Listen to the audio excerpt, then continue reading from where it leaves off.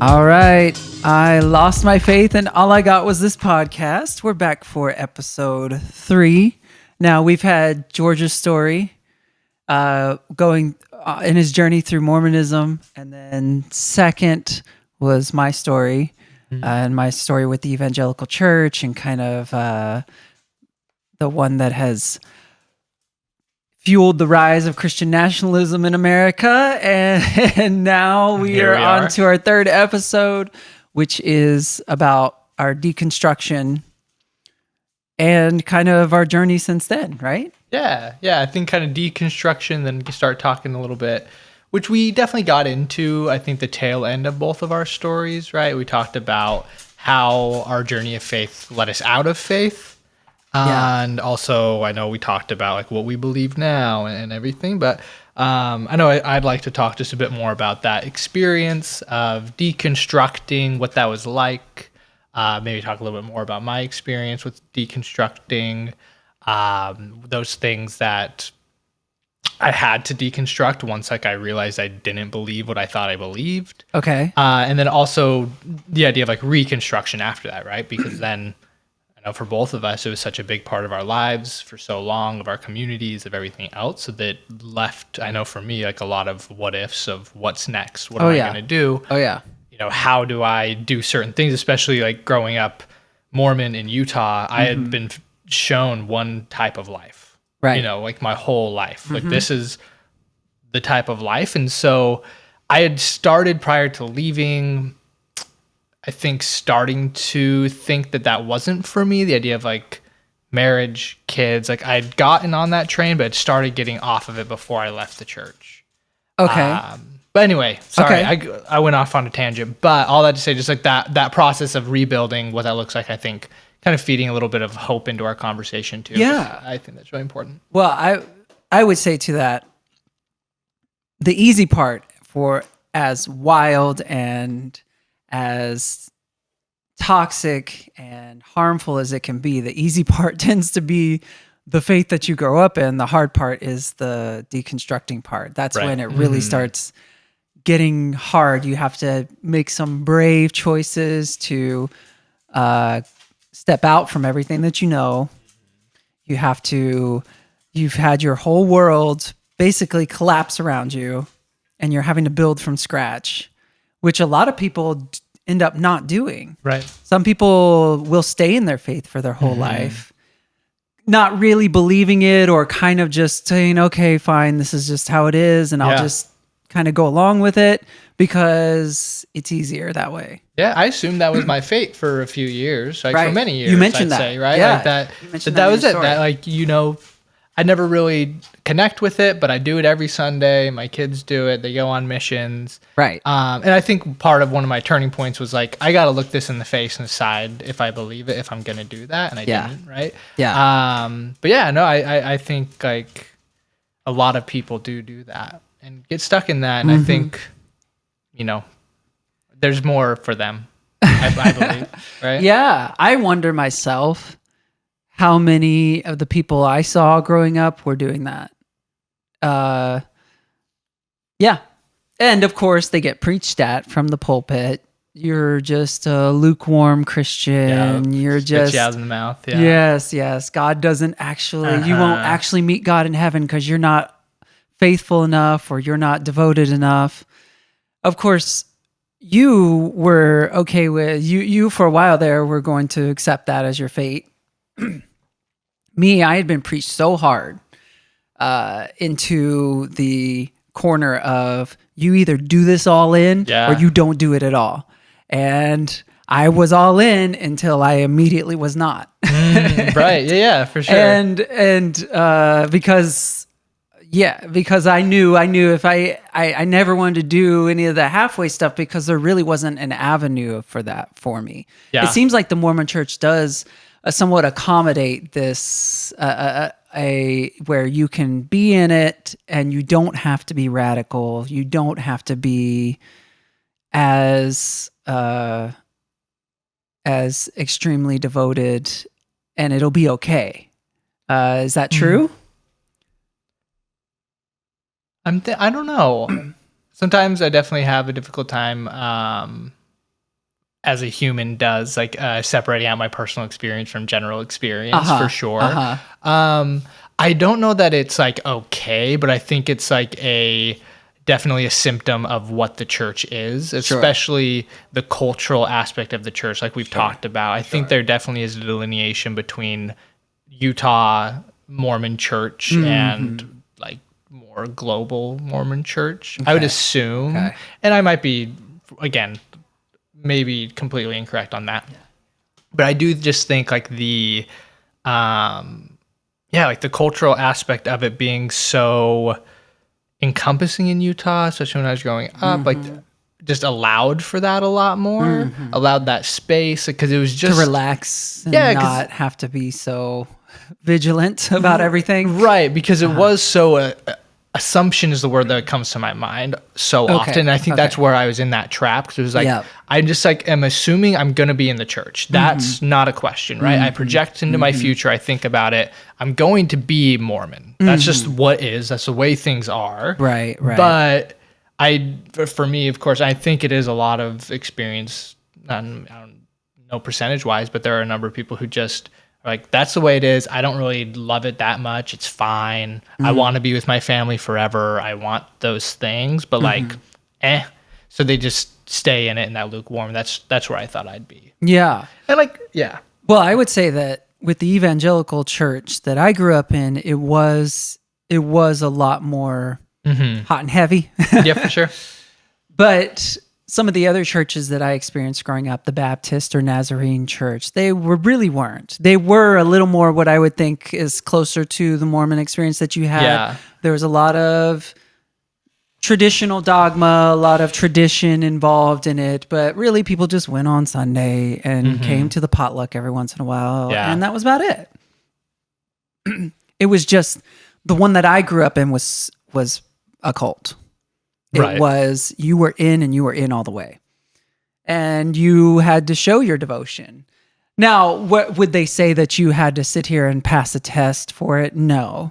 But were you going to be in leadership or involved with the church, or be, the goal was to radicalize people and to put effort behind the radicalized ones who came in and got radicalized. That was the idea there. And so anyways, that's just a little bit of a contrast between our experiences. It felt very pedal to the metal the whole time. Yeah, and I'm thinking, because I know we were having a conversation earlier today, and it's something that came up, I think, when I've been reflecting on our different stories. We were talking about kind of the from the evangelical being like this restoration of the energy and like miracles of Jesus's time, right? And like that very like charismatic aspect is like, we're bringing back the power, the energy. And the Mormon church being a restoration of like the structure and like authority of the church. Right. And so much more of like the rituals and like those things. And so I don't, can you explain a little bit what you mean by that? What you mean by the authority of the church? Oh yeah, so let me just let's dip into some church history briefly. Okay. So learn me a thing. Yes, let's learn. Step right in. So the conceptualization of the church is that in 1820, Joseph Smith was trying to figure out which church was true. He was going to different churches. He was trying his hardest as a 14-year-old boy to understand how to be saved and what God wanted from him. Okay. He went into the wilderness and he prayed. Satan tried to stop him, and God and Jesus together appeared to him and said, none of the churches are true, and we're going to give the true one back to you. Oh, wow. Because he was the chosen one. He was the chosen one. He was God's chosen prophet for this dispensation, because I'm not going to get too deep because I'll probably say some stuff wrong because I'm purposely forgetting. But, I'm trying to I'm trying to like clear space. Do a personal lobotomy there.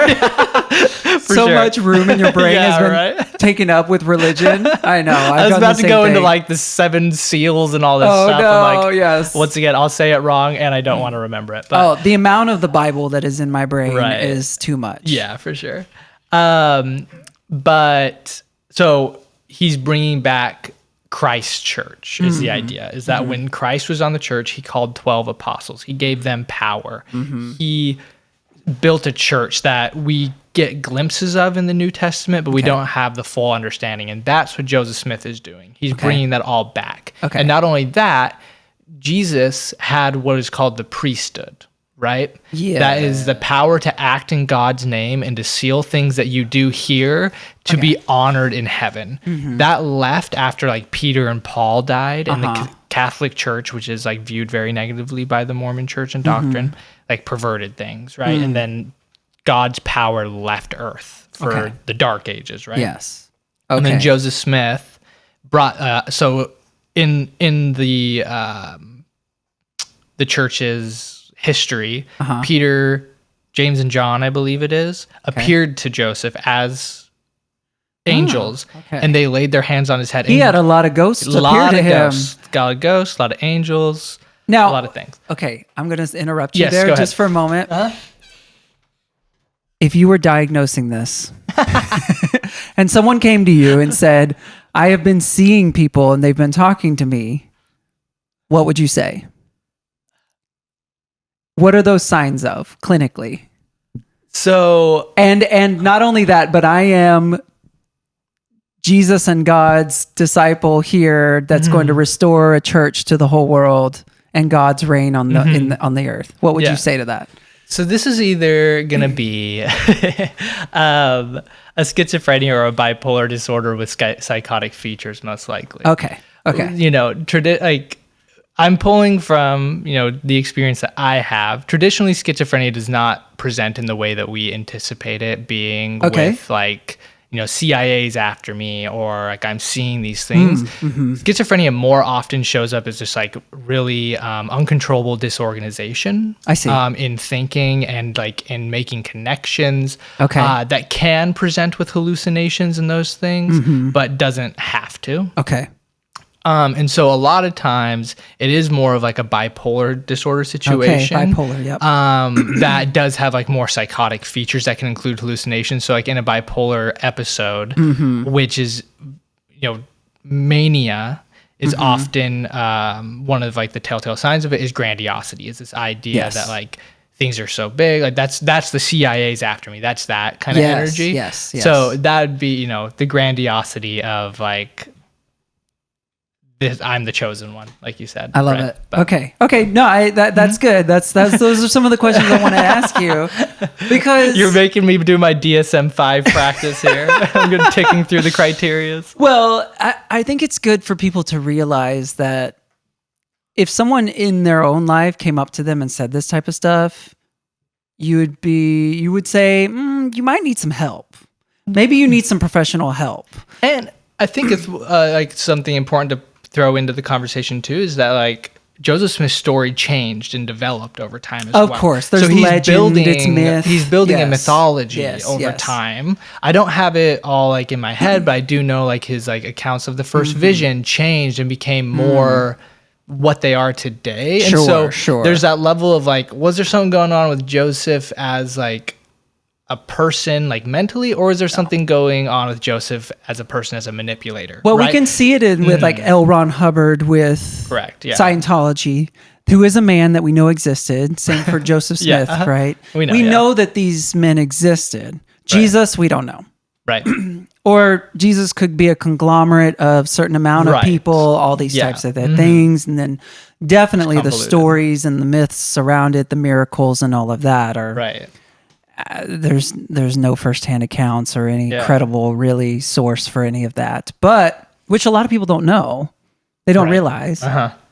My own dad, I talked to my dad at one point, and he thought that the Gospels were written by the disciples of Jesus. Right. He did not know that they were written at the minimum 150 years later, if not 300 years later, if not 1,000 years later. Right. So, point being, where was I going with that? We were talking about these men. Kooky. these men that we know existed. Yes. We know L. Ron Hubbard definitely had a complex of he wanted to it was a cult. We know with these cult leaders that create these religions, they're controlling people. Yes. They're either sexual cults or they're just They all getting end up off there on eventually. Like, sure, honestly, they do, right? They all kind of end up there. Sorry, we won't typecast cults, but Right. Not all cults. Oh no. But these men obviously have serious, at the very least, narcissistic issues. They can be probably bipolar or can, and also are just very. I mean, some can just be charismatic men who want take power, advantage of people, want power, right? Yeah. There is this, because I think when I think about the church, and we'll be digging into a lot of this, I view religion itself as like we've talked about this already slightly, but like a self-perpetuating virus, if you want to call it, right? That has these different factors that is separated from the people who are actually participating in it that keep it going perpetually, right? Yes. And I think that, so religion generally does that. And then I think like Mormonism, these more like high demand religions, super do that, right? And, of course. And so there's this, it might be part of the deconstruction, reconstruction process. We've watched so many cult documentaries. I've learned about so many cults, so interested in it, all of it. Well, because you can see your own experience mirrored. It's so interesting to hear, and like the psychology. I'm always just so interested. I'm very interested in the psychology of why religion does last, why it happened in the first place, all that. It's so intriguing to me, especially being somebody who was caught up in it. But we watched one recently about that love, what was it? It's like an online like relationship, like they just started as like relationship coaches as husband and wife. Okay. And then it progressed into like this cult, online cult. They're making people leave their families. Haley's gonna look it up. But we watched like the video, and like it felt like this dude like studied Jonestown, Joseph Smith, studied L. Ron Hubbard. There's definitely a roadmap. This is exactly what you do, right? You draw them in, then you take away their like, identity, you take away their self-esteem, all that stuff. So let's talk about. I know that's okay. That's good. That's really good. We're gonna get into some of those things. Twin Flames is what it's called. All right. Yeah. If you want to check it out, there it is. Yes. So we are going to get into that when we get into maybe the bite model. I think that'll be really good because obviously my experience is very similar to that as well. Deconstruction, though. Deconstruction. Let's talk Let me about. go back to put a pin on when I go. started talking about church history, though. Okay. We were talking about the structure, like the church being like a restoration of structure and authority. Yes, and I think that plays into a little bit the possibility of that lukewarm. I'm kind of working this out right now, but I think like, because there still definitely is a lot of control and like light fanaticism that's required, right? Like there's temple work, there's covenants you're taking. It's just like, the stuff you have to buy into. Yeah. Just to believe in general. Oh, I mean, we'll talk about the temple for sure, but the experience of going through the temple and experiencing that ceremony at 18 when I did it was one of the most jarring things I've ever done in my life, because the church is very, the church is very bland, like I've talked, and kind of boring. And then you go to this ceremony and you're putting on costumes, you're doing things, and then you like walk into drag.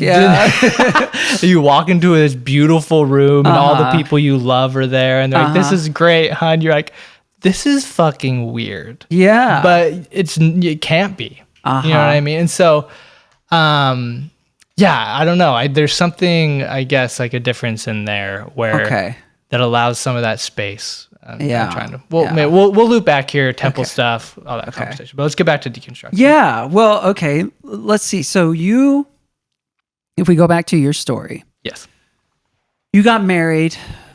You had started not believing your faith. Or not believing in Mormonism, and you were kind of going through this journey alone.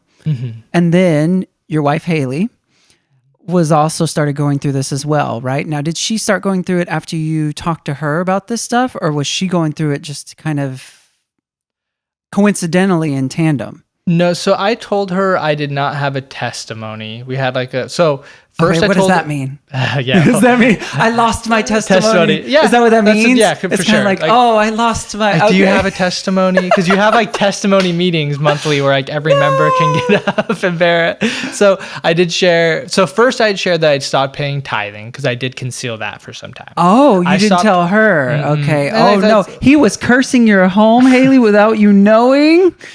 I mean, listen, I knew. Oh, you but knew. He just played it off as like, oh yeah,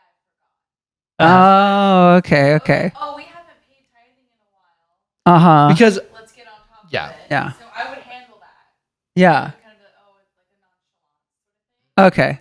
Okay. so this would have been the year of 2017. Mm-hmm. Like I said, no, it would have been the year of 2018. Mm-hmm.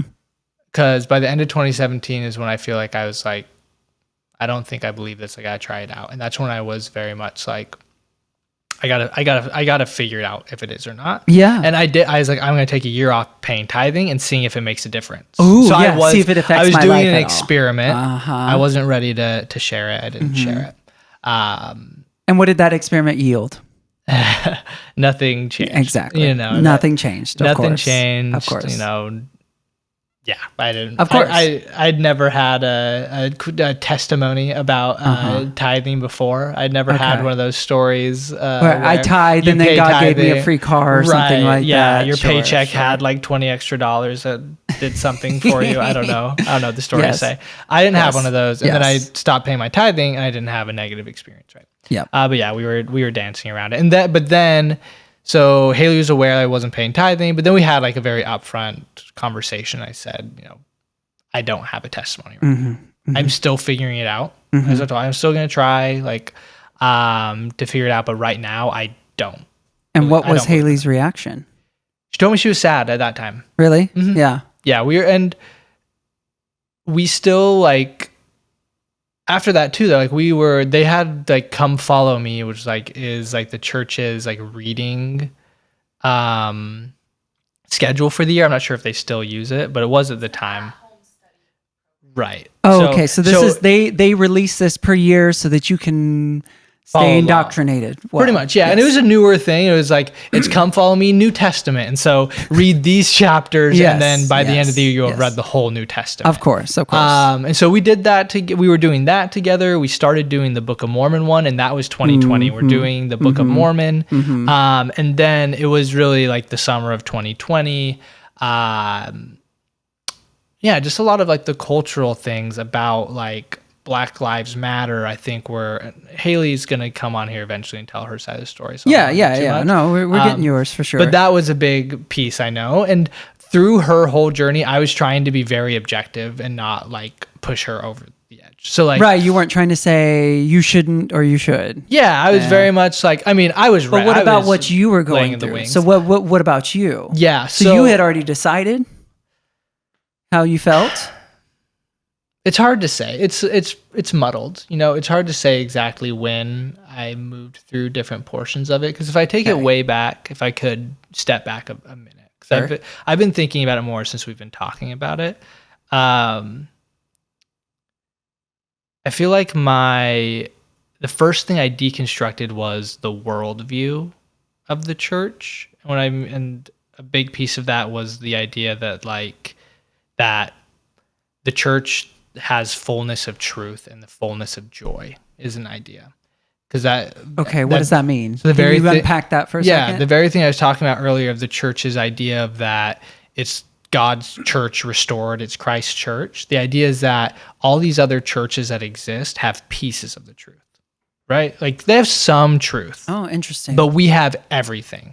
So you don't need to go to this other church because it's just a piece of what we have because we have the fullness. I see. No other person in this world can be as happy as we are because they don't have the fullness of the truth. Yes. I would say that many churches, many denominations, they preach very similar. It's different wording, but it's same thing. And that started falling apart for me. Like, I think that was one of the first things to go. Because I remember. Now, how did that fall apart for you? In a lot of different ways. I think just like in 2016 when the election happened, like I had talked about, and I started just branching out to different perspectives, different ideas. And I always had like a hard time with the thought that like the first thing I need to worry about somebody is whether or not they were Mormon, and that would tell me whether or not I needed to trust them. And I started to really, which is wild. Right. So I started to really think about that, and I started to think, I don't know why it was just on my mind. I was also in school studying psychology. I had some professors that were pretty, they were pushing us. They knew we were all like, not all, but a good amount of us were Mormon, and they were introducing just ideas about thinking about other people's lives, different races, different everything. Outside of the homogeny that you've had, right. And I just like really, I don't know what forever. I was just like, I can't believe that like I have what they need. I mean, it goes back to my mission too, that I never really felt that like pull that I need to give people Jesus and that's what they need. It's like these people need service and support and community. I believe that, and.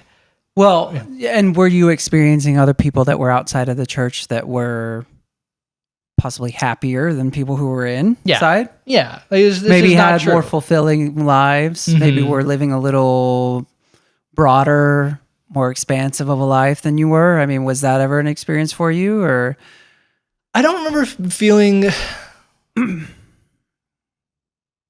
like comparing my life to theirs. I don't remember. I didn't feel that necessarily. No, I don't think I would say it wasn't a part of my deconstruction, but I definitely noticed that really people who were thoughtful and people who had rich inner lives and rich outward lives tended not to be in the church, tended not to be a part of a dogma or a cult or a part of, again, this emptying out of your own personality, your own autonomy, all of this stuff. And even in my own life, of course, I've getting here to now, I've never been more, I don't know the right words to say, but I've never had more freedom and more to explore and a more rich inner world and outer world and more at peace. More at peace. It is wild how much it teaches you to have inner turmoil. The religion that I grew up in, it forced you to have inner turmoil at all times because you at all times had to be on alert for, am I following rules A, B, and C at all times? And even if you were following rules A, B, and C, that's what Sunday mornings were for. They were for the pastor to tell you should feel ashamed and be looking a little harder because you're really not. Yeah. You're really not following A, B, and C like you thought you were. No, you still need to repent. You're still a sinner. You're still the lowest of the low only because of God. And so it's just constantly just degrading of self. And I mean, it didn't take long when I got out of it that I realized, oh, well, I have felt like shit for so long, and I've been treating myself that way for so long, and it felt bad. It felt dirty. I felt like I had betrayed myself. Yeah. Anyways, that's why I was asking, because you were talking about just the church having the fullness of joy and the fullness of all of these aspects. Okay, so then what else? What else did you see? What else were you seeing? Because you said your deconstruction was not as intellectual, right? It wasn't. It was less.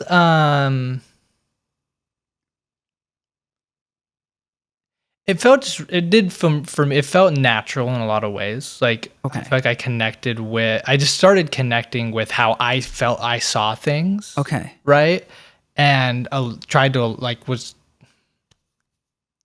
trying to allow myself to do that, which that took a long time to allow myself to do that. Okay, just giving yourself permission to just, to what? Trust your own thoughts, trust your own inclinations. Yeah, and Trust yourself. right. Well, because I did try to occupy, and we talked about this, the space of like, I can be Mormon, because there was like a level of, even while I was doing this, was still the assumption that I'd be Mormon at the end of the day. Okay. Right? Okay. I may see the world differently. I may be a different kind of I may be a Mormon. cool guy. Yeah. Yeah. Yeah. I'm But not still going to drink Mormon. coffee. Never. Never.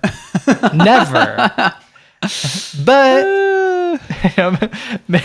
maybe I won't look down on other people. You know? I'm just kidding.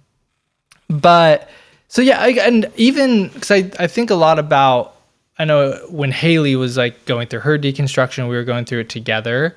We did like go through church history, and I know I've mentioned this before, and that wasn't as much about I didn't need that in my like deconstruction, I guess.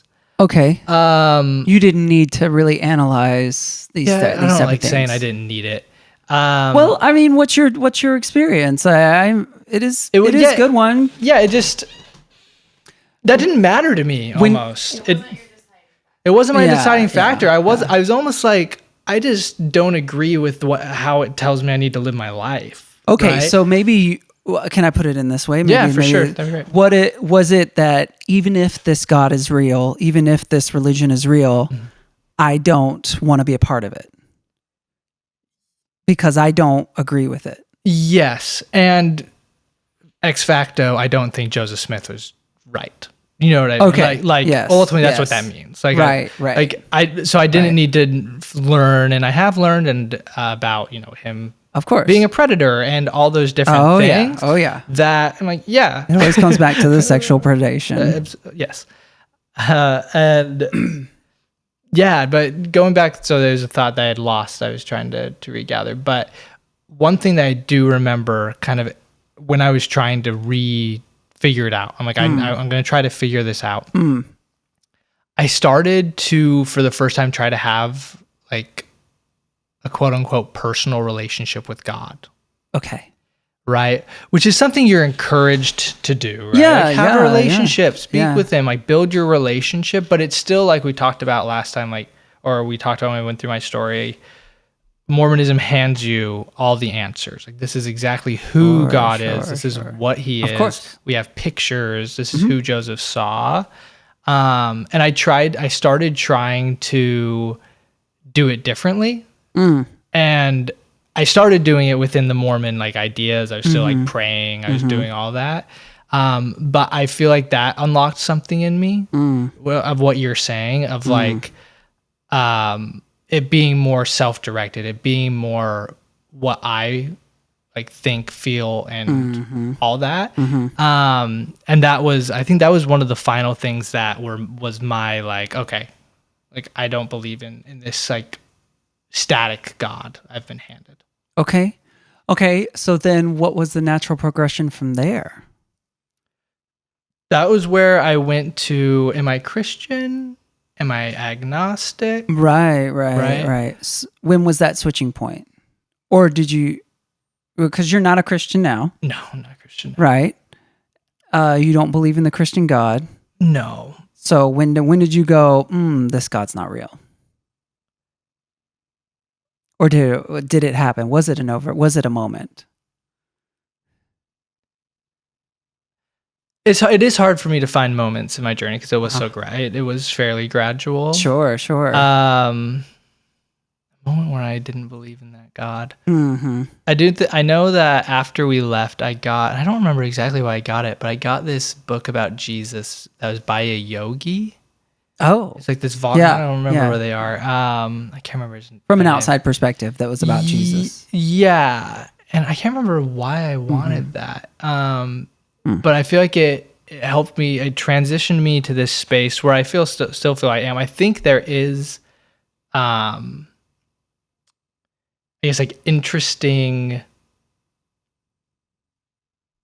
I think considering the spiritual entities that have been created and are worshipped is interesting. I find it very interesting. Not like learning from like the doctrine or like the I guess like ideas that Right. Jesus taught, Right. but the idea of what that means to the world and like those type of things.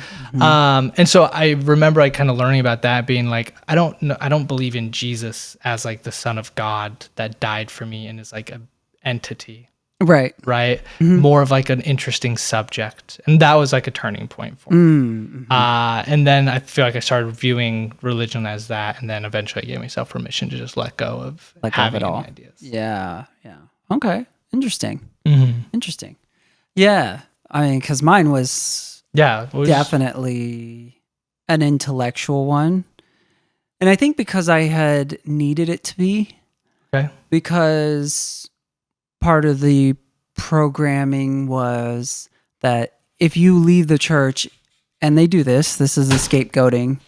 This is a way of dismissing, maybe not scapegoating, the word would be dismissing people who leave the church and dismissing the credibility of people who leave the religion as, oh, they just want to go sin. Yeah. Oh, they're just, they've been seduced by the devil, whatever it is.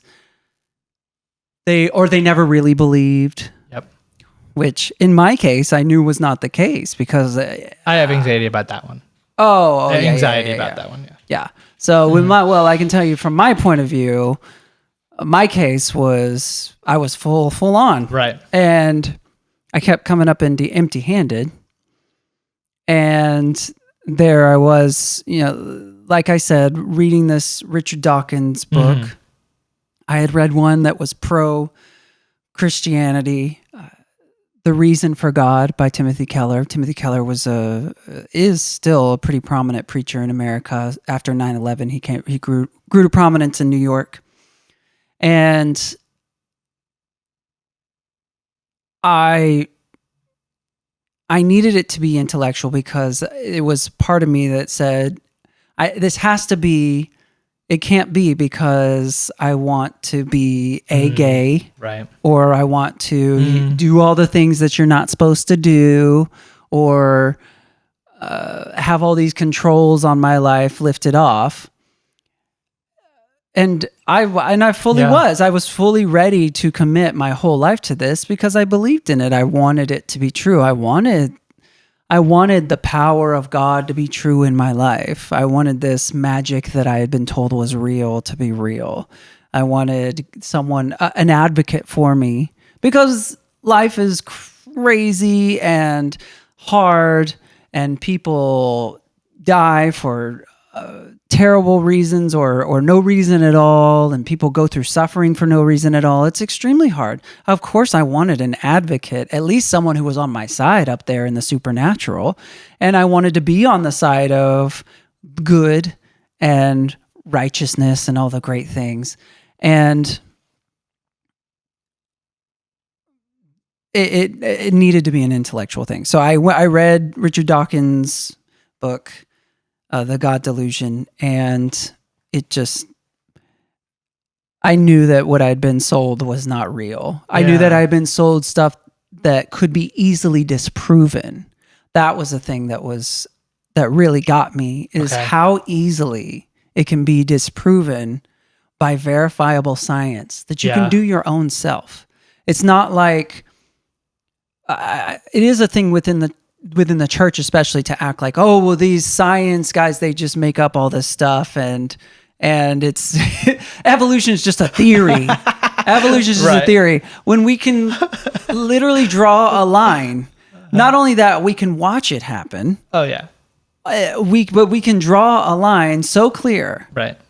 and so it's not a question that when it comes to the science, but the whole science of biology is based on evolutionary principles.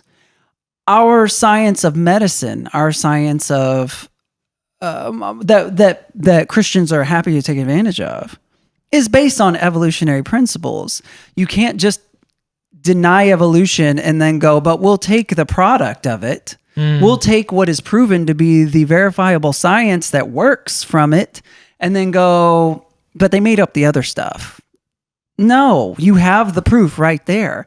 And there was nothing in Christianity that you could take an antibiotic and it would cure your sickness. That was not true in Christianity. What would happen in Christianity is that you would pray, and if you and it was just as much of chance as if you hadn't prayed.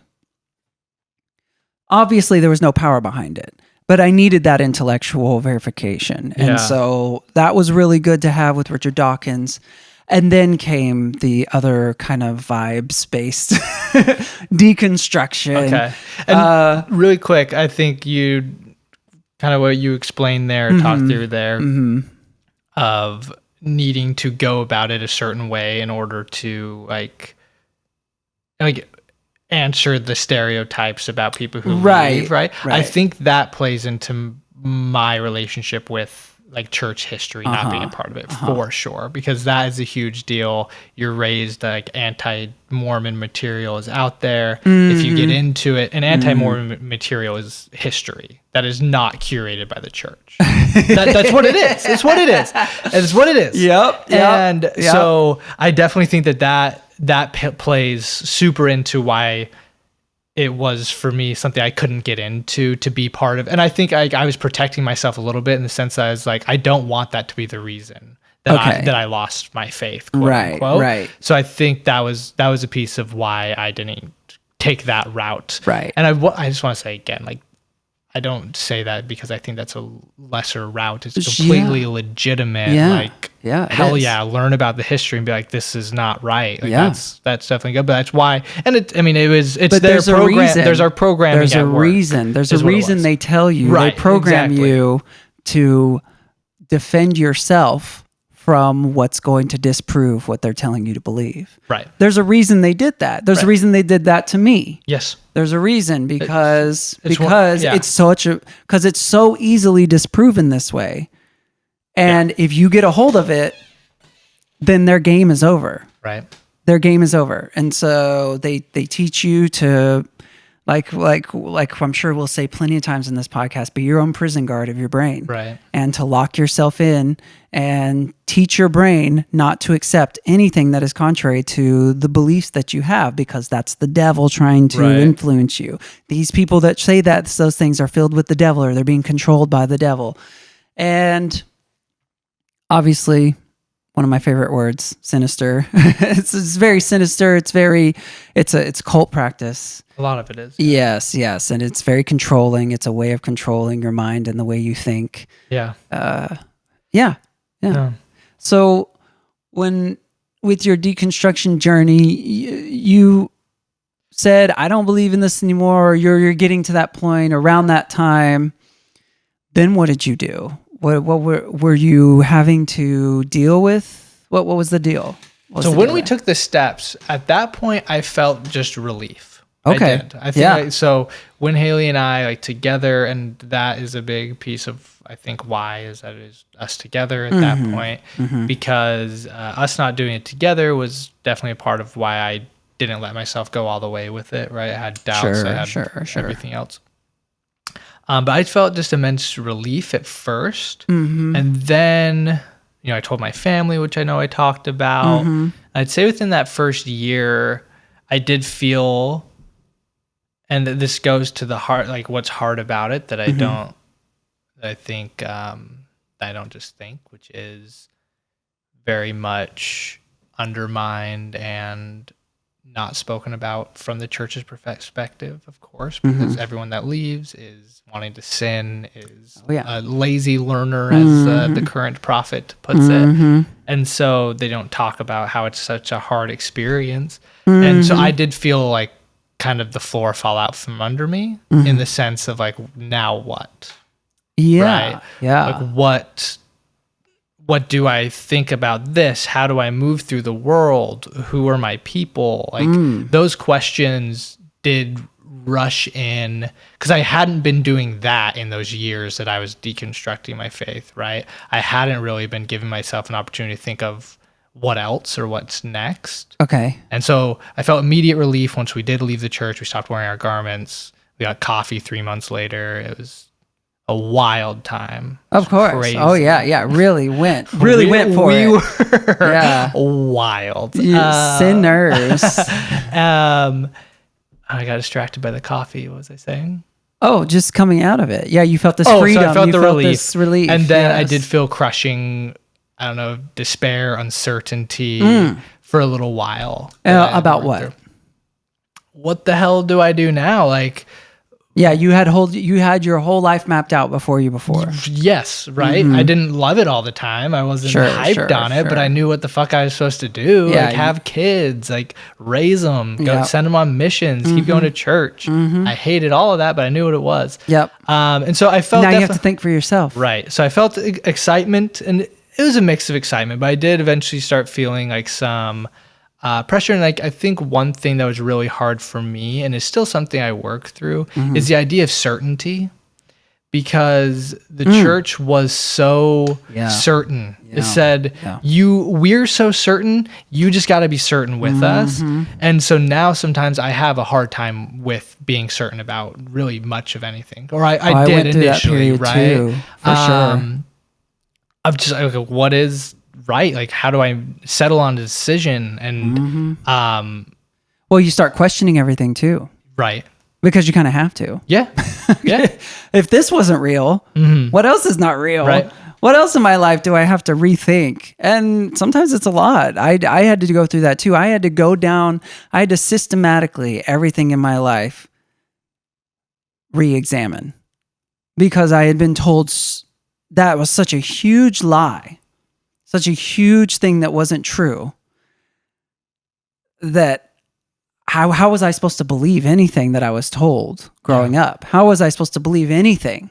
So I had to start going down the list and verifying what I could verify was true, and really rethink everything, which felt so daunting at the time. Yeah. It felt like such an undertaking, and I just felt like I was reeling, like I couldn't, there was no ground to put my feet on. It had all disappeared. And I was having to build the ground back up beneath myself. That part is extremely daunting. Again, scary. Yeah. Just hard to go through. Anyways, continue on. What were you saying? Yeah, I think I remember we had a conversation like last year about nihilism. I know we talked about it a little bit earlier too. And kind of moving through, which is kind of the next place that you go. Right. It was this experience of no purpose, no any of these things. Yes. Well, because if there's no God, then there's no power up there saying what's right or wrong. There's no. It's all man-made. It's all human-made, and then there's no grand purpose that you're a part of. And after feeling that you were part of one, that I think that's a daunting thing for like, humanity in existence is terrifying. Yes, absolutely. Being alive is so scary. It's so terrifying. When you stop and look at it. But doing that after, like, you know, Mormons call it the plan of salvation. It's like a step by step, like this is where you were before, this is where you are now, like a you are here sign. This is where you'll go next. Like all that, like after having that and having, like you said, like a divine purpose and those things, like it was at the same time freeing. It was freeing in one point, but it was terrifying. And then I also had, I think there's something we talked about. I had then some, I have a general optimism in just like my perspective. You know, I assume the best in people. I assume, you know, potential in people. And in things, like in general, like I'm like, things will work out, things will get better. Yeah. And it's having like that as like who I am personally, and like what I believe, and then kind of facing that like lack of, or that nihilistic view. Sure. There's like an incongruence there that I really had to work through. Yeah. It's hard to deal with. I went through this. We're very similar in this. I had been very optimistic, very hopeful. I had believed that God was real, that God was behind me, that the winds were behind me, that the power of God was in me, and that good was in the world, and I was helping bring it into the world. How can you not be optimistic? How can you not believe the best for everything? I had been born just for this moment. And That's what they tell you. That's what they tell your you. chosen generation. Oh, they drive it into you. Yeah. Yes. And of course that is well, it must be. It must be. And then, yeah, like you were saying, going from that and then having to feel like, oh, you mean nothing means anything. The universe is capricious. The lights could be out tomorrow on this universe and it would just be gone. This planet is a minuscule little speck in a galaxy that's a minuscule little speck in the universe. If all of humans didn't exist anymore, the other side of the solar system wouldn't even notice it, much less the galaxy, much less the universe, the known universe. It would not be anything.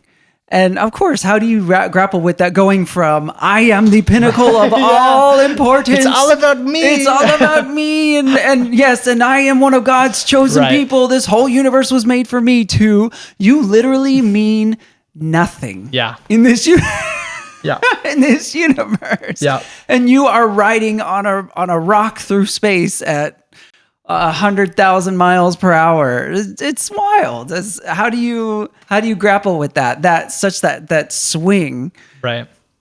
And yeah. And I kind of went into it. Yeah, maybe let's start talking about how, like, the Reconstruction piece. I guess. So, like, how have you kind of ridden that, or what? Yeah. I know you've talked about, like, the Dawkins and, like, the intellectual like deconstruction, but, like, what's been that kind of upshot? Or Well, I went down that nihilism rabbit hole as far as I could, and I think it's natural too.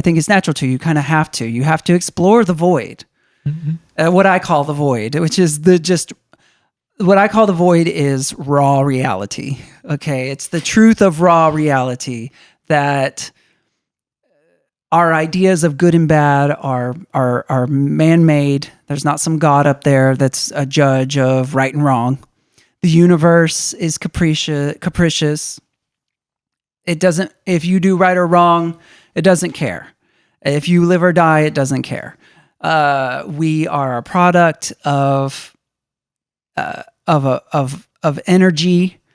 And we're a product of heat death in the universe. As the universe cools down, the conditions are right for life to exist while it's on its way to non-existence. We're just a product of the universe cooling down to death. That's wild. That's wild. Whoa. That is what life is. Yeah. I'm not trying to throw, but you have to, and I feel that going. I can't breathe. And going down that pathway is a lot. It's daunting. But also, you know what? For the first time in my life, it was exciting. I know. I was gonna say that's terrifying, but exciting. It's exciting. It's the exact same thing. Yeah, that's what I started connecting with, is those ideas. Yeah, and so I rode that excitement as far as I could. And I rode what I could of raw reality. I rode raw reality. No, I just did. I did what I could. I went through as much of it as I could, trying to explore that until you get to a point. You get to a point where you have to start putting some what I call frames back on. When you're born into a religion like this, the frames of that you see reality through are put on for you. It's the frame of your religion, the frame of the beliefs of right and wrong, the frame of this God that's looking over your shoulder every moment, all of these things. And once you take those off, yes, reality looks pretty. I mean, in a way, I clung to a lot of those people. Like, I started looking to the people who had looked at raw reality: Carl Sagan, Richard Dawkins. Right. Yeah. Some of these people who, Carl Sagan's a great one because he really knew how to do what a lot of great thinkers have done. Even Albert Einstein, even though he invoked God, quote unquote, it was not like that's not what he meant. Yeah. It's pretty obvious that what he meant is just the universe, how beautiful it is, how beautiful a thing that is temporary is, how beautiful a thing that, and I started to realize that Christianity had stolen a lot of that from me. Mm-hmm. It stole from me the beauty of something that isn't forever, and instead said, "Oh, don't worry about your family members dying. You're going to see them again in heaven," which is just a consolation that's not true. And so you never get to actually fully grieve or fully understand what it means to lose somebody. And even though that's what's happening, and telling people that do feel that grief that, oh, they're just not understanding what the real reality is, which is, again, asinine, sinister, evil to me. And there's just so much beauty in being able to treasure something that isn't forever, and that is, because that's what it is. That's what it is. We have plants that live and die. We have humans that live and die. We have life and animals and whole species that go extinct. And it's beautiful to care for them and to admire them while they're here. And then when they're gone. And understanding that is a part of that.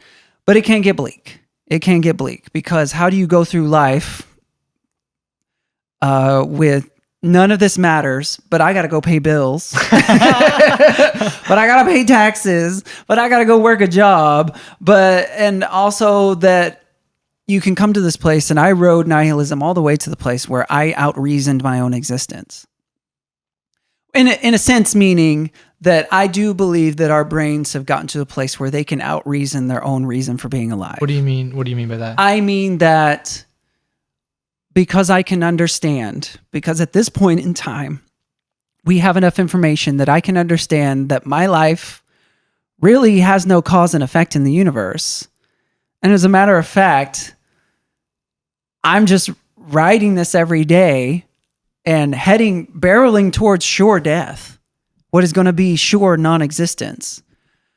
What's the point of me existing anyway? What's the point of me living anyway? What's the point of me being alive if nothing that I do has a real consequence? Okay. Yeah. What if no one's going to remember my memories? No one's going to have these memories once they're gone. They're gone. What's in my head is going to be gone. My existence is going to be gone.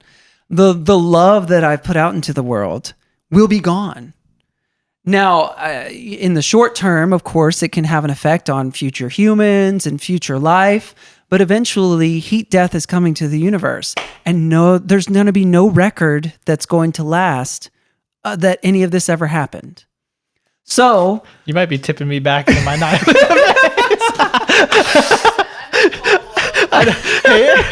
Haley's literally having an existential crisis on the couch.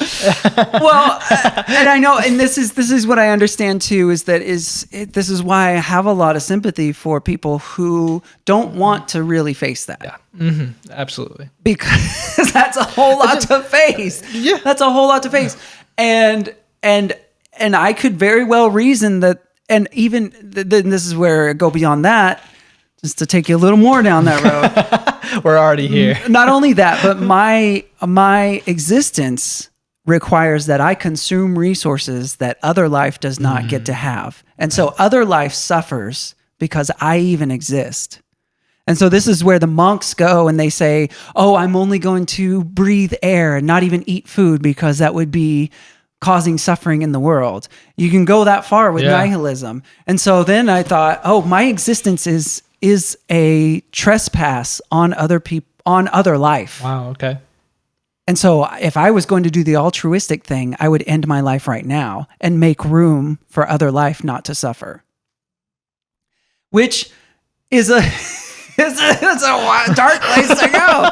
It's a dark place to go. Mm. But one thing that you have to learn if you're going to be an adult and if you're going to be an understanding adult in this world is that no matter what you do, any movement that you make is transgressing on something else.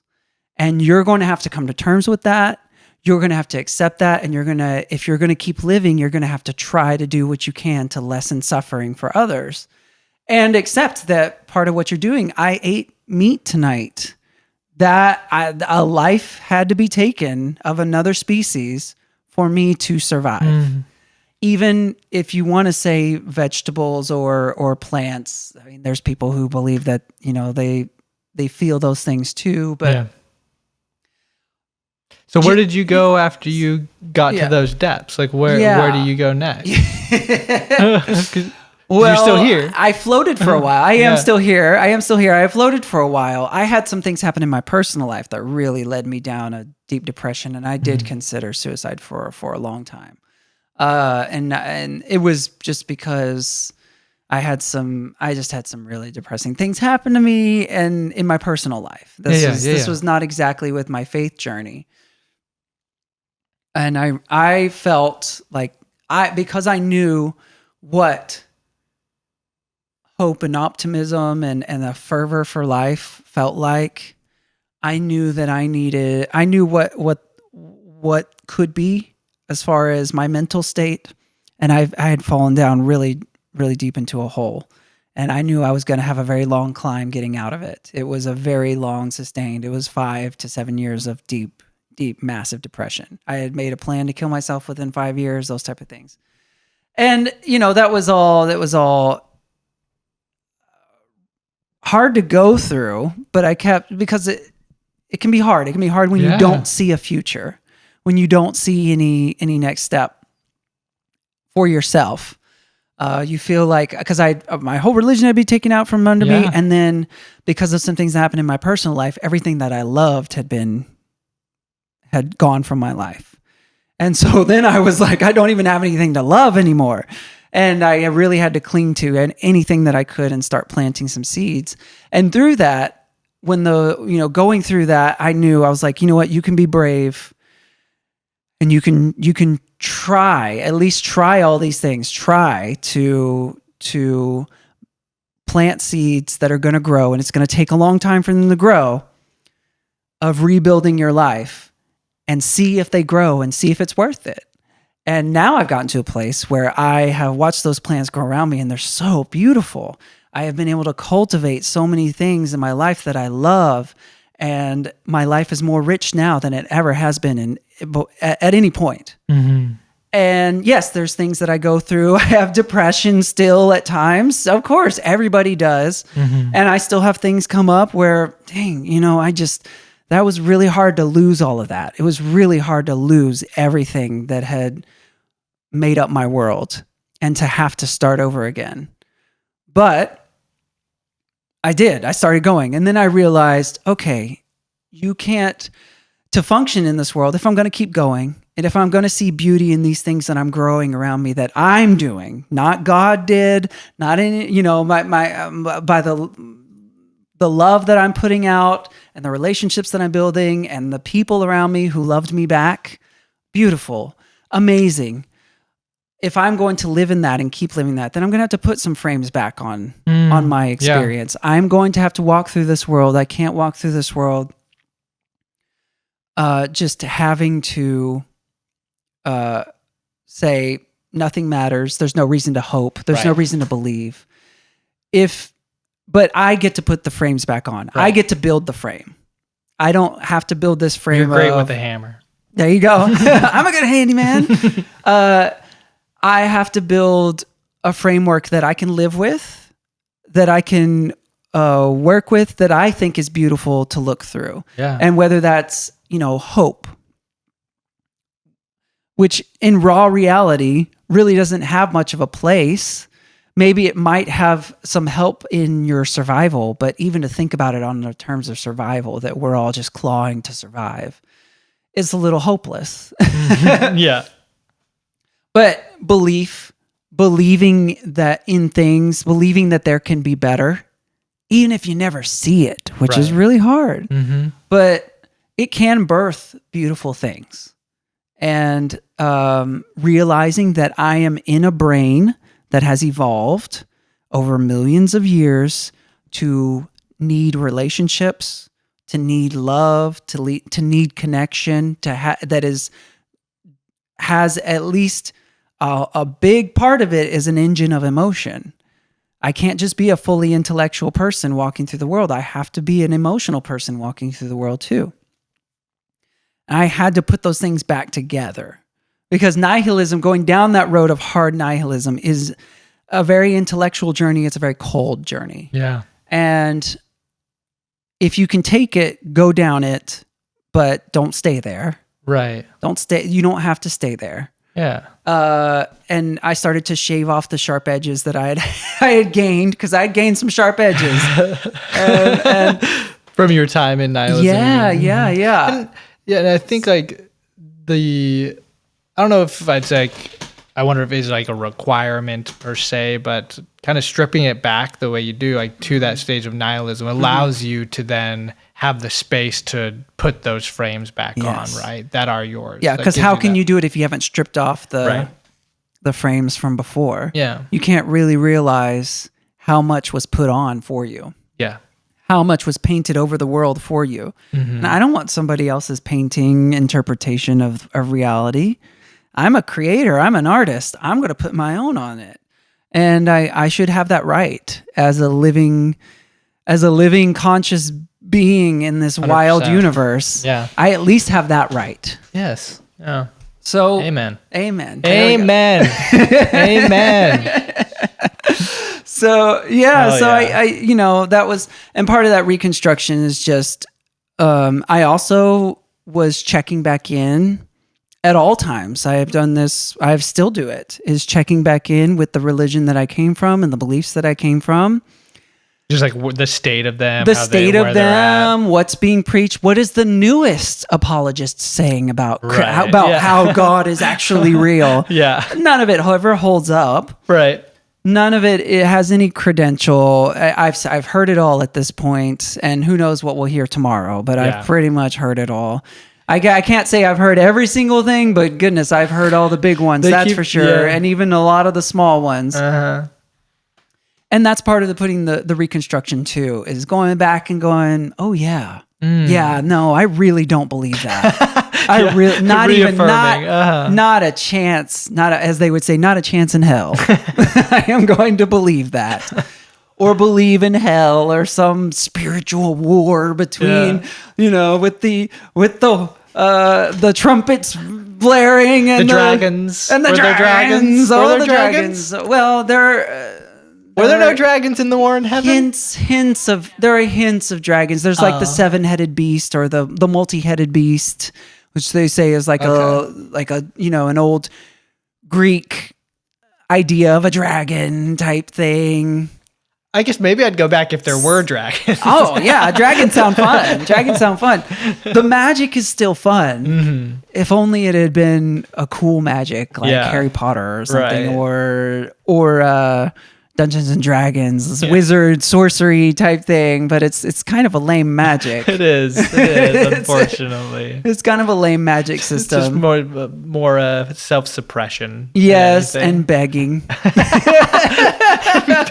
Please, Jesus, please. And I try not to be too. I don't want to be the most condescending when we talk about these things. So I'm going to try to. Yeah. I just say these things because my experience, I just felt so appalled. For sure, yeah. I felt so appalled that this was what I had brought myself to. Right. I had brought myself to such a low place, and I had let the people around me tell me that I should be there, that I should be that low, and I should have such a low self-esteem and vision of myself. What, this is while you were still in the faith, or after? Well, no, it's just afterwards. I mean, this is me now. This is me now telling you I can't believe that I was allowed to convince myself and cheered on to convince myself that I was that low. Of course, they'll tell you, oh, but you're also a child of God, so that makes you the highest. Yeah. But also, you better have shame and be humble and bow down and submissive and all those things. It's this dichotomy, and I did want to mention this. Yeah. One last thing before we talk about your reconstruction as well, but we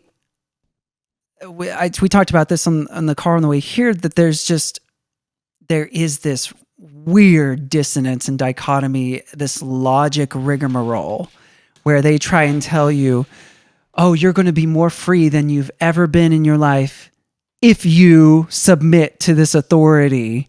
You're going to, what was I just saying? That you're gonna live forever if you die of yourself. Mm-hmm. If you empty yourself out and deny yourself and empty yourself of all of who you are, then you'll get to really live. You'll get to really live, fully surrender, and you'll get to really live, which is not logic. That is not how this works. If you put yourself in chains, you'll be free to do backflips. I'm sorry, but no. If you're chained to the ground, you're not going to be able to do backflips. But they convince you to do these weird logic things in your head, and there's all kinds of examples I can give of that. Pastors do it. You can put on any preacher that puts their message out there, and you can hear it 5 times in a message of them doing this logic rigmarole of, that's not exactly what it means. What it means is actually the opposite. And they teach you to be okay with this, that, oh, you're actually smart because you thought of this way of rigging the system, basically, of convincing people to believe something that is just so not true. And all of that anger about those things, the discovery of those things, and when we get to our recommendations, I'll talk about those and those people who really brought that to light for me, but just drove home that in no way was this supposed to be where I was supposed to stay or be the truth that I was supposed to stay in. I'll put it this way, and I did when I told my story. It felt like it was the training wheels, but I was ready to take the training wheels off and live my life and my world has only expanded exponentially since then.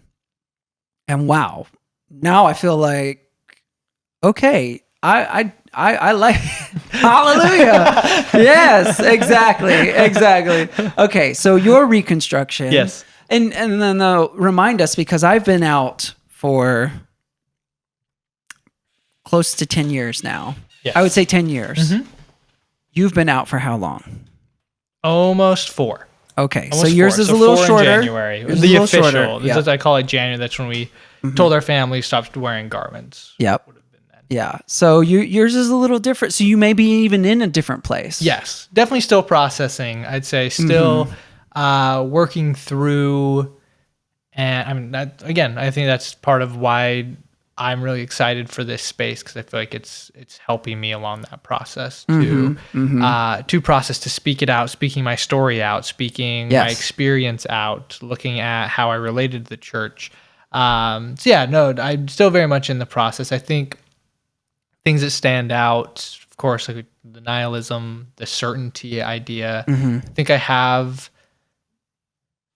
still some ebb and flow, but I think, one of the things that I guess the traits about myself that I most am proud of, that I enjoy, is that I'm a very curious, open-minded person. Very curious, love learning, love experiencing. And that is something I can so much more fully lean into without the church. That's what was being tamped down for me. And I feel like I've, as part of my Reconstruction, have really tried to enter a space of, I guess, leaning into that curiosity and letting that be, leaning into the curiosity and uncertainty and letting that be okay. And being okay with I don't know. Being okay with I don't know, and finding what a revelation that was. Right. With even just learning about other people's experience, other ideas. I'm surrounded by a lot of people who, have different ideas about spirituality and about mediums and these things that I don't necessarily have like the same ideas about, but being able to be like curious and open-minded to not like that I'm going to take in and accept, because I think that's where I immediately was like, what do I like accept as like whole, like what do I do now? Because like that's what I have to do, right? I have to like Well, I know I'm quite the skeptic. Yes. You can't present anything to me without me first going, you want to back that up? But what about you? I'm very much like, yeah, not for me, but that sounds good. That's like, you know what I mean? And like, it's the fence. That's your own way of skepticism. Yeah. And like, not even, I'm just like, okay.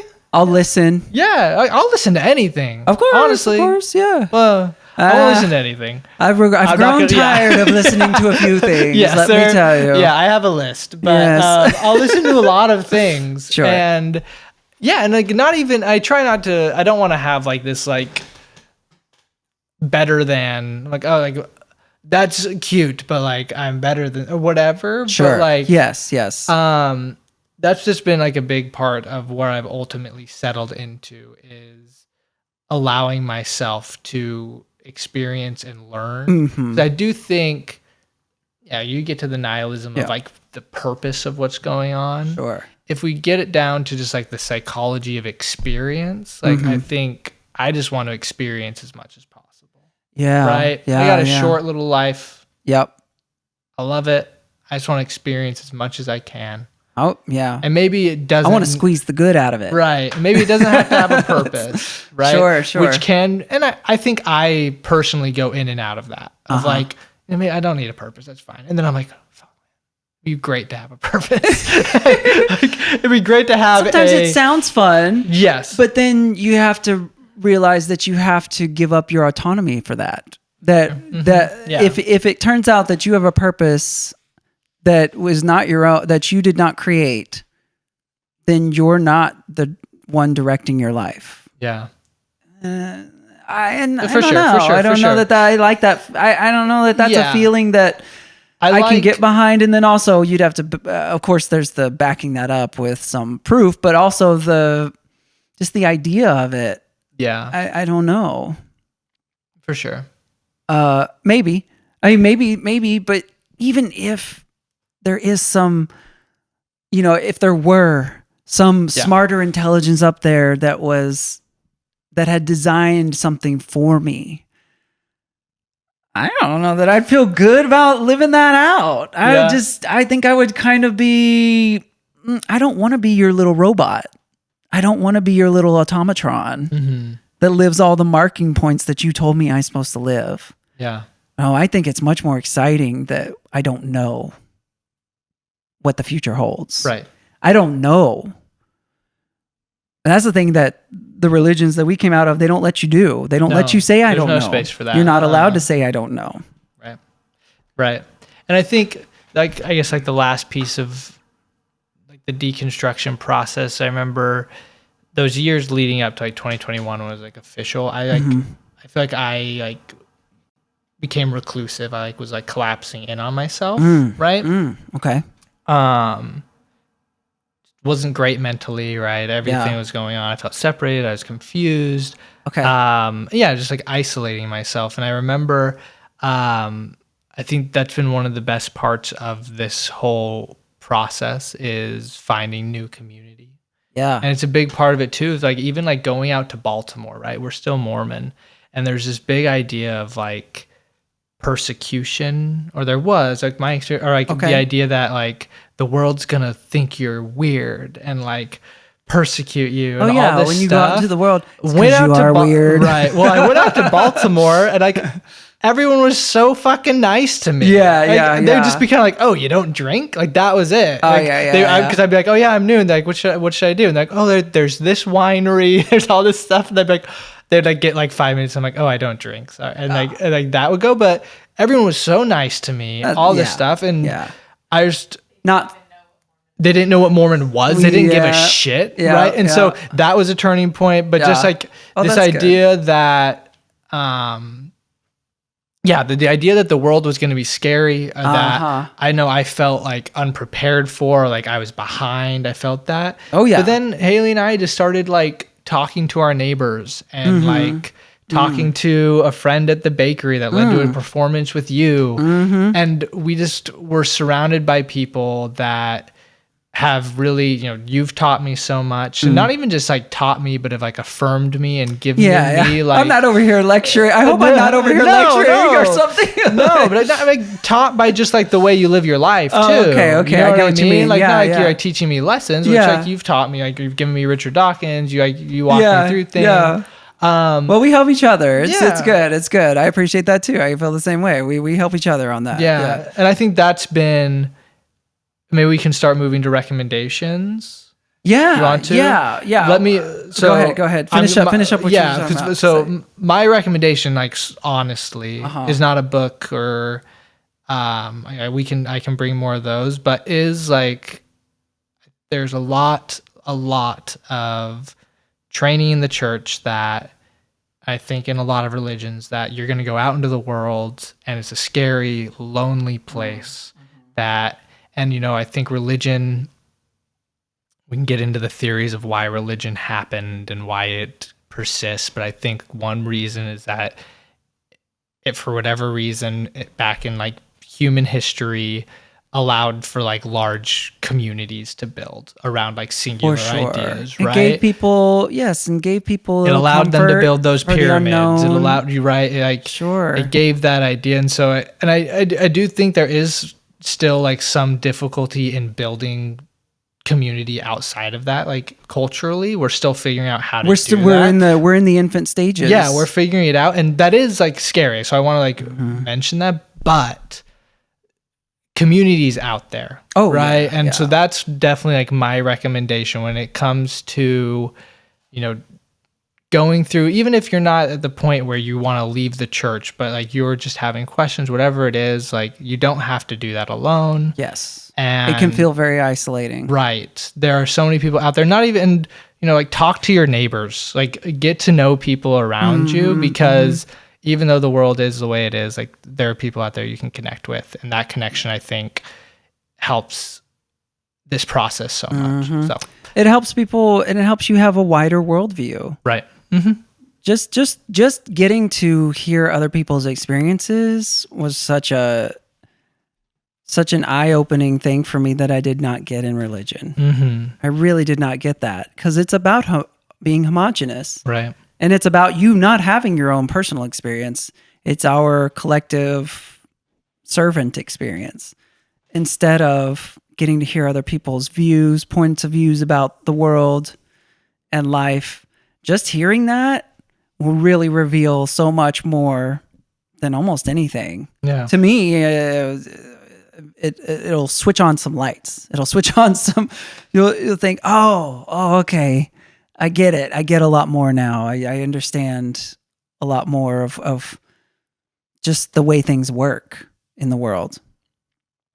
My recommendation, so community. Yeah. My recommendation is because I came out of, I read Richard Dawkins. Yeah. The God Delusion. I think I've mentioned that more than once now. I started with that, and because I gave myself the challenge, do a battle, match up the biggest apologists for Christianity versus the biggest people who say, no, it's not real, and see who comes out winning. I did that. That was for me. I needed that. That was the way I felt that it needed to be done. But there are other people. There was someone I found a little bit later. His name's Christopher Hitchens. And he is a great writer, just like Richard Dawkins, but also is a great speaker. And if you come from where I come from, where it's, you have these preachers who you're drawn to, and there's this charisma, and there's this, I know that it can feel negative when I say it, but there's this demagogue nature. Yeah. This standing up from the pulpit with authority and saying what's what and giving the what, and you believe it because they're so convincing. I would say start with Christopher Hitchens on YouTube. Go find his debates on YouTube. He started debating and he made it a point. He said, I want to debate the real Christians. And these I want to debate the biggest apologists, and I want to debate all the people, all these pastors of churches in the South, and not I didn't he said I don't want to go on this because he was a journalist and a reporter, a really great one, amazing one, did a lot of that, but then he wrote this book, God is Not Great, which is and the tagline is religion, how religion poisons everything. And he wrote it after 9/11 because of the threat of extremist religion in the world. And of course he goes after Islam, but he also goes after Christianity. That's one of his main points, is Christianity is just as extreme. And and he talks about how it's a death cult, it's waiting for the world to end. Anyone that comes from the church that I came from would verify that. They're waiting for the apocalypse to happen. It's a death cult. They're waiting for the world to end so that they can get on with the getting on of a new world and get rid of this tainted, bad world, whatever you want to say there. So his debates on YouTube are incredible. And he just really lays it out there, and he's head to head with some of these great preachers and great apologists, and they can't hold a candle to him. They can't hold a candle to him. And I would say, go there, and I dare you to do it, just because, if you need that dare, be brave and try it, and see where you come out. And if you don't come out believing it, that's okay too. That's okay too. Or if you don't come out, having deconstructed from your faith, that's okay too. That's fine. I'm just recommending, and it's not the only one I recommend. If you need a more intellectual, and his is very intellectual, but also kind of his is based on human history and how. I don't need to go into all the details. Read Richard Dawkins if you want I'm going to sit with a book and intellectualize my faith. Yeah. Also, I love this one that you gave to me, Leaving the Fold by Marlene Winell. She's great. And this one definitely is a great one too. It's got a lot of really practical things. It also goes into the psychological. Yeah, she's a therapist. She's a therapist. Definitely has that lean. It's that angle, because she talks about how Christianity is built on some things that I didn't that's helping me deconstruct even more of my life, because this is a side that I have not deconstructed as well, but talking about how it encourages this denying of your own personal emotional struggles, of your own self-invalidation. All of these things that we try to fix with psychology and therapy, but religion encourages these self-toxic attitudes and modes. And I'm going, this makes so much sense.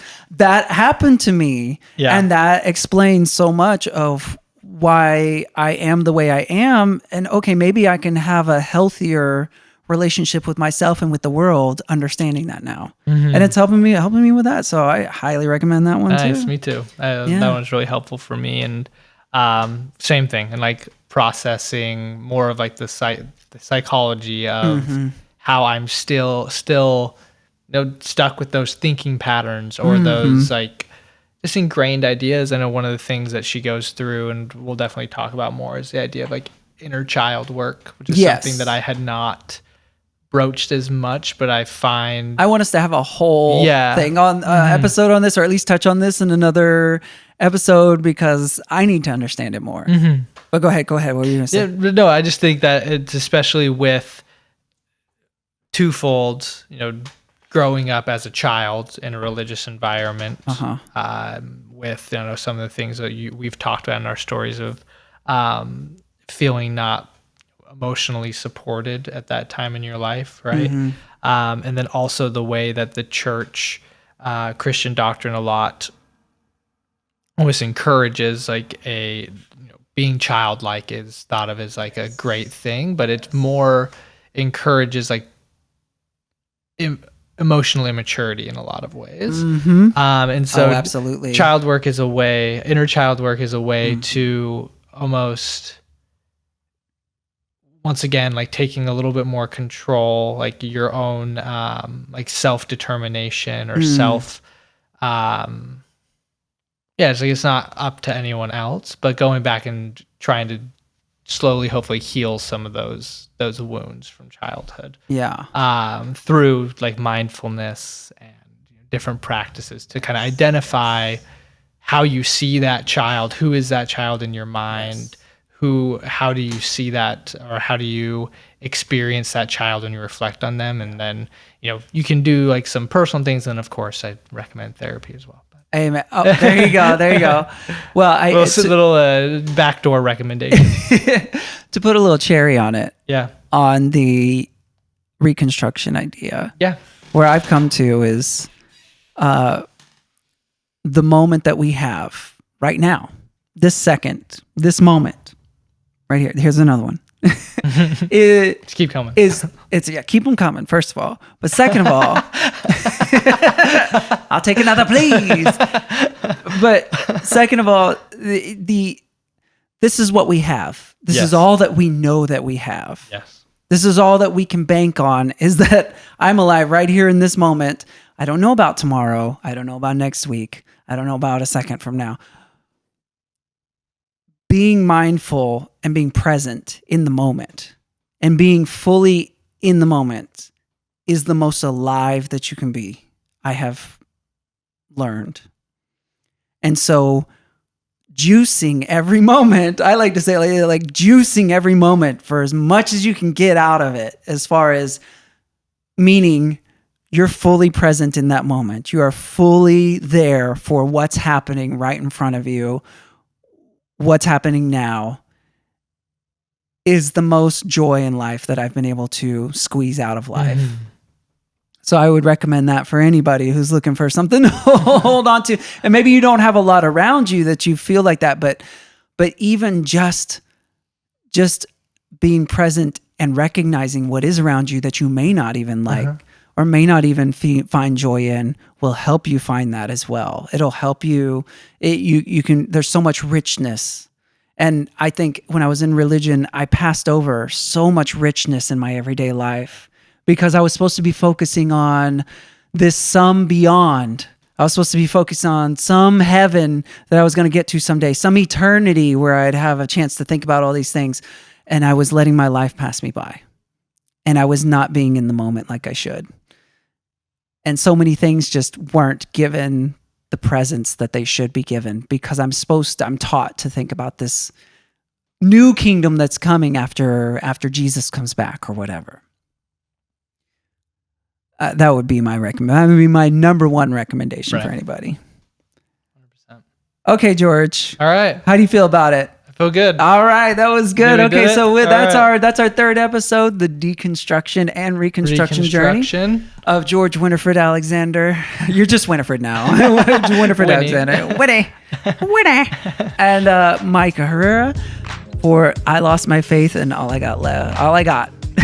I'm going to get it right by the 30th episode. I lost my faith and all I got was this podcast. Nailed it. All right, we'll see you next time for episode 4. Who knows what it's going to be? Who knows? We'll see.